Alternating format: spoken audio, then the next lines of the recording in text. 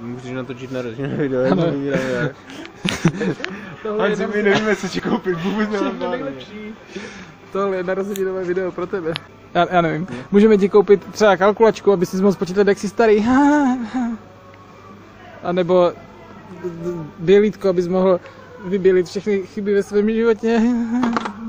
Nebo šedivé vlasy, aby měl víc šedivých vlasů. Já se ostříhám. Ale on dělá chemii, on by to měl vědět. Jo, Hanzi si chemii, tak co děláš? Co děláš se svým životem? No, můžeme koupit pastelky, ať si obarví život. To je špatné.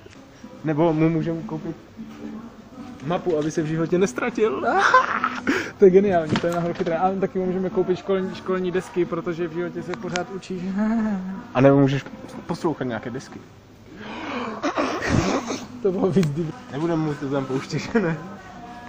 Hej, to vypadá maska Batmana.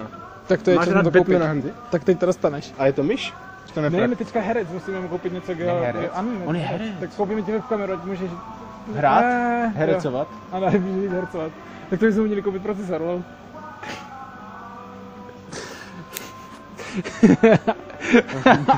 Ale mohli jít hercovat, chápeš? Jak chvilku mi tohle trvalo. Mega vtip. To je mega prochytré. Hanzi, my jsme pro tebe nechali zahrát, poslouchej. Ten mobil, vole, To je tvoje oblíbená. Počkej, pojďme se podívat do hraček, tam bylo něco pro něj, něco metalového. Má rád miniony? Já nevím. Má rád špatně dobarveného Spidermana? Hej, já vím, co má. Prosím? Ano. No.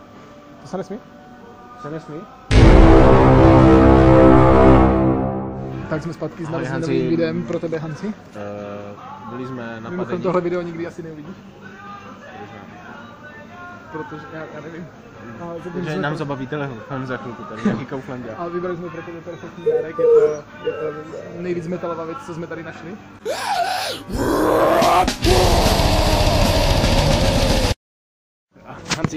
Hanzi, máme pro tebe narozeninový song. Tohle je tým do nějakého filmu, v kterém bys hrál. Jo, tvůj tým.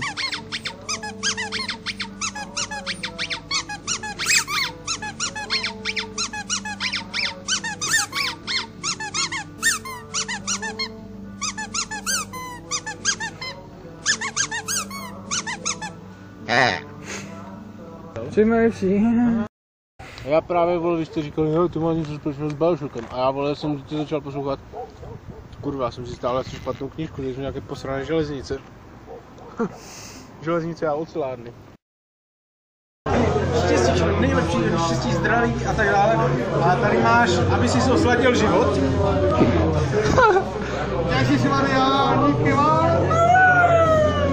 A tady máš ještě přáníčko, ale to radši nečti. A my jsme pro tebe vybrali tu nejvíc metalovou věc, co jsme našli.